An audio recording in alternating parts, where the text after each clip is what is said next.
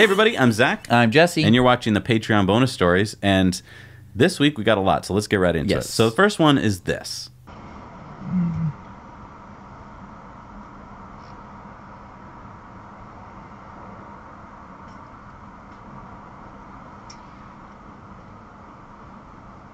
You're not allowed to have your computer mounted on there. Could you help me take it off? Put it to GPS, which is kind of cool, but you're not allowed to have anything.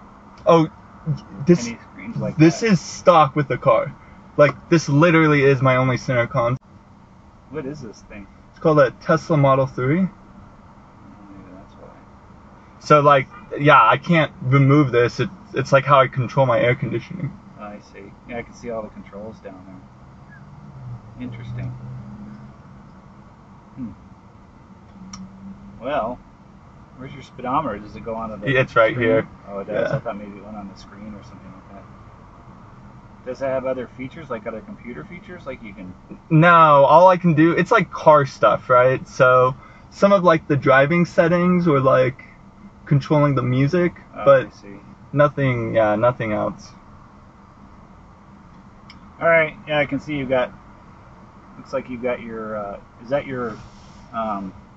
air conditioning and like the venting to the front and stuff? Exactly, yeah. I see. Well, alright, I've asked you enough stupid questions. No, you're totally fine. So, I apologize for stopping. I didn't realize it was stock computer screen, but obviously you said it controls the car. So, Yeah.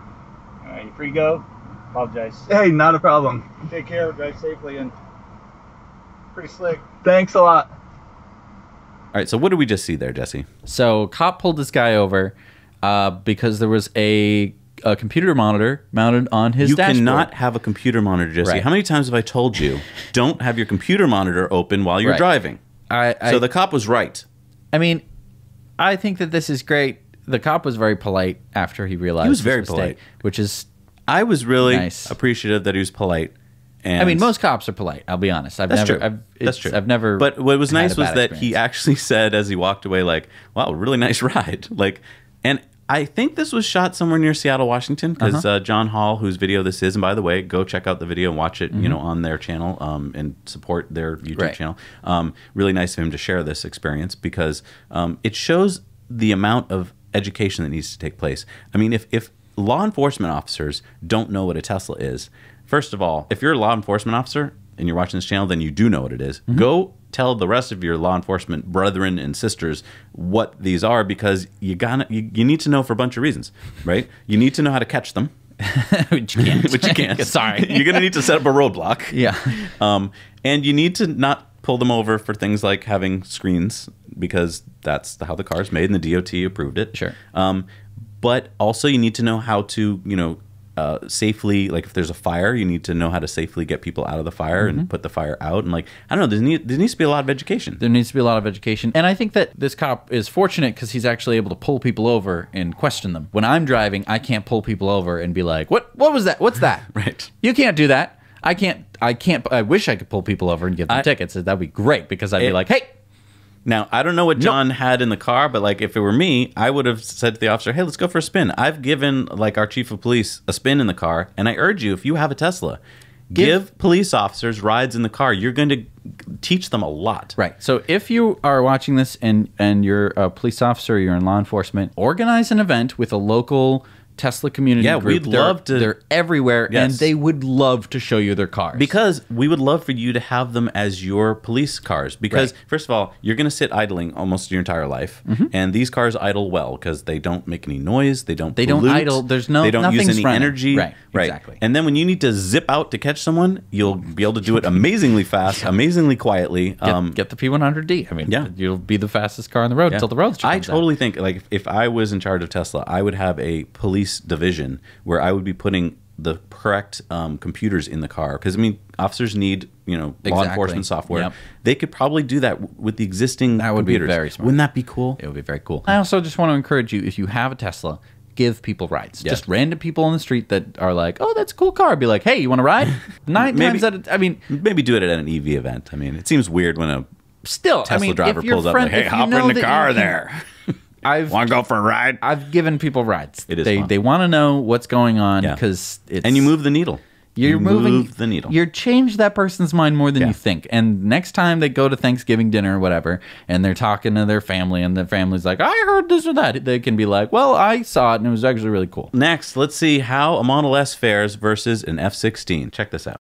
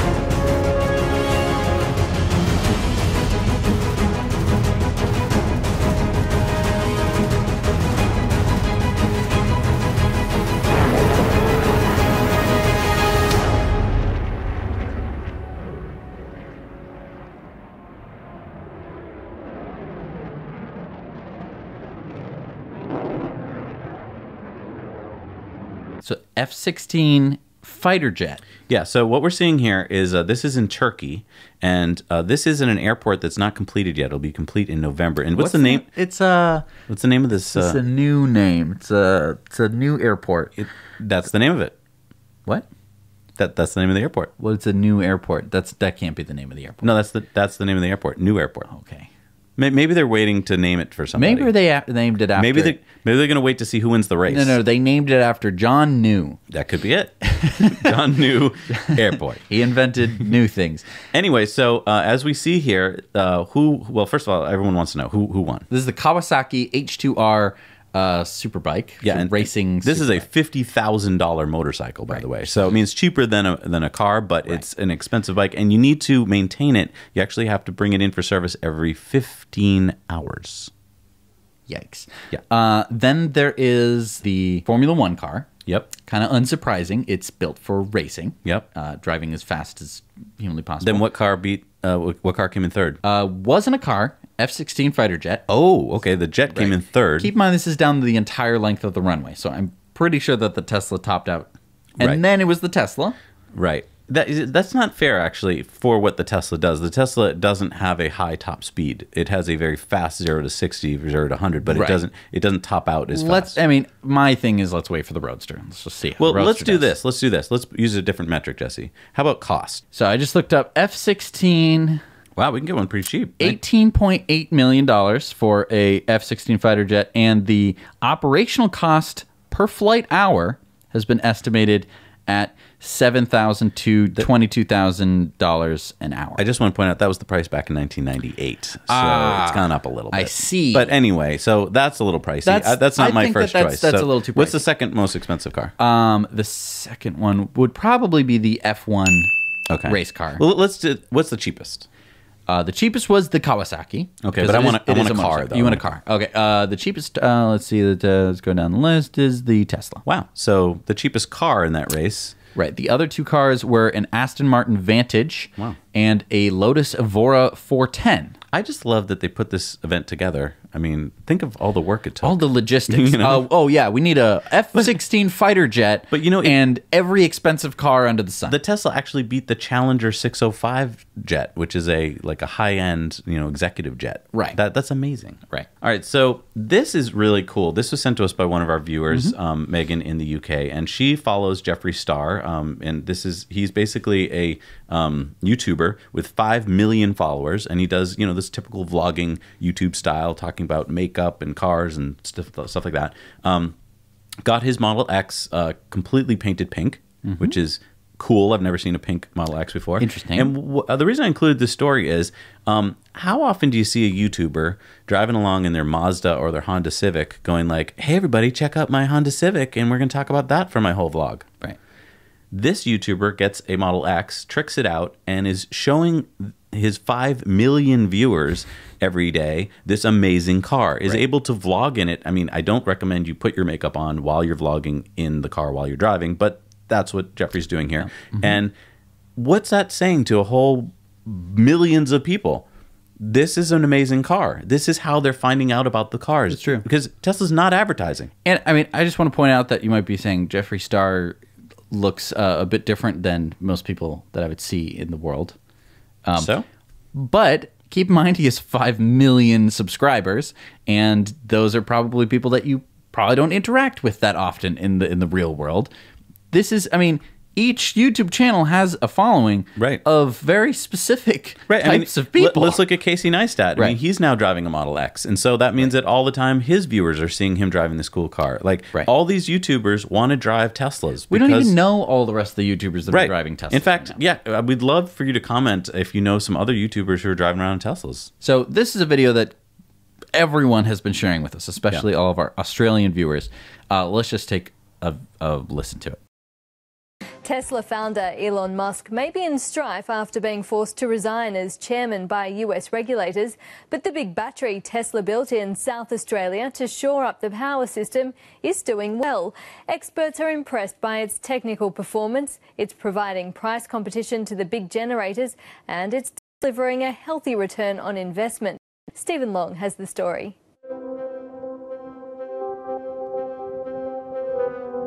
Sitting among rustic scenes on a wind farm north of Adelaide is the world's largest lithium-ion battery. In part a response to blackouts that hit South Australia 2 years ago, the Hornsdale Power Reserve, or Tesla Big Battery, has been mocked by critics since day one. By all means, have the world's biggest battery, have the world's biggest banana, have the world's biggest prawn, like we have on the roadside along the highways around the country. But that's not solving the problem. But this big thing is no mere novelty.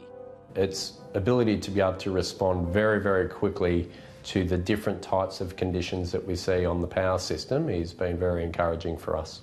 The naysayers said it was a waste of money, but this big battery is already playing a key role in stabilising the grid. And it's doing so with a speed, precision and agility that's never been seen before. The network needs constant small adjustments to maintain the right electrical frequency, and this is where the battery excels. The battery's been able to respond in hundreds of milliseconds, which is at a scale that we really haven't seen in the power system before. This is the market operator's instruction. This is the response of a conventional power station. The battery is far swifter and more accurate. You know, we sense something on the system and the automated protection kicks in, then a battery can operate at around 200 to 250 milliseconds, so very much sub 1 second response to be able to protect the system. As ageing coal-fired power plants in the eastern states have broken down over the past 10 months, the battery has helped stabilise the system. Absolutely, and not just shoring up South Australia, shoring up the entire grid. We've seen several occasions where large power stations have tripped and the Tesla battery has jumped in to help control the frequency. The South Australian government is paying about $4 million a year to use the battery as an emergency reserve. But it's more than offset that cost by undercutting the price big power generators charge to supply those frequency control services when the connection to the eastern states is down. It's basically providing much needed competition to a very concentrated segment of the electricity market. And making a hefty return for E.ON, the French company that owns it, which can charge the battery when prices are low and sell when prices are high. At current rates, it should pay for itself within 3 to 4 years. This technology, as it becomes more, I suppose, more common in the system, can actually contribute to, providing a more secure and reliable system. We've been, quite pleasantly surprised, and we encourage more of this technology into the grid. Yeah, I think what surprised them was that this came on ABC, which is their big, Australian broadcasting company, and they weren't expecting the kind of mainstream media to give kudos to this, because the government, as we saw in that story, before it was built, was like, this isn't going to work. This is a joke. This is a publicity stunt. Right. And now it's worked. I think this might be showing, this is just my take on it, maybe you Australians can tell me if I'm wrong, that it did work, and they can't keep saying it didn't work. Right, they can't lie about it. They can't lie. There's so much data now. It's not like it worked only once. Right. The battery earned 1/3 of its cost in the first year. Yeah. I mean, it's going to pay for itself in 3 or 4 years. That's insane. Can you imagine anything else that you can build that pays for itself in 3 or 4 years? The only thing I can think of is solar. Putting solar on your roof, in most cases, pays for itself in 2 to 7 years. Maybe a money printing machine. Yeah, that's a good one. Why don't we get one of those? That would be illegal. It's great that we have this footage of them being like, it's the stupidest thing I've ever heard. Well, they don't talk like with my Australian accent. I need to work on that. And they're like, hey, don't make any sense, mate.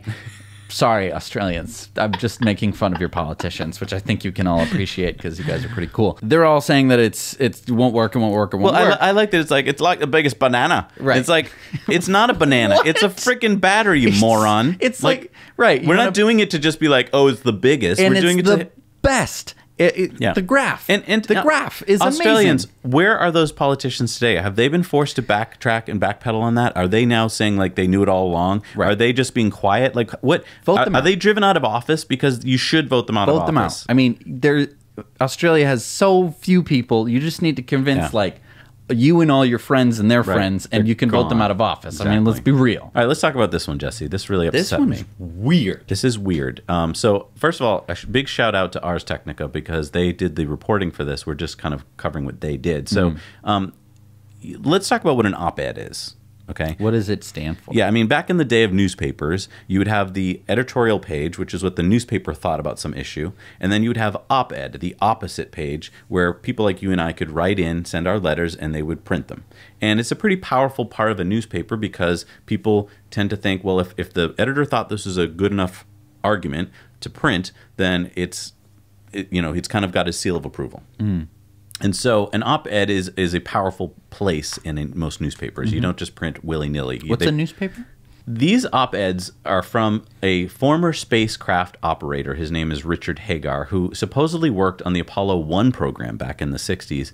And these were run in big newspapers, the Houston Chronicle, various Alabama newspapers, the Albuquerque Journal, the Florida Today, and Washington Times. So all have something in common. Yeah, what do you think they have in common? Well, those are all places where there's a huge NASA population. There's a big human spaceflight center. Exactly.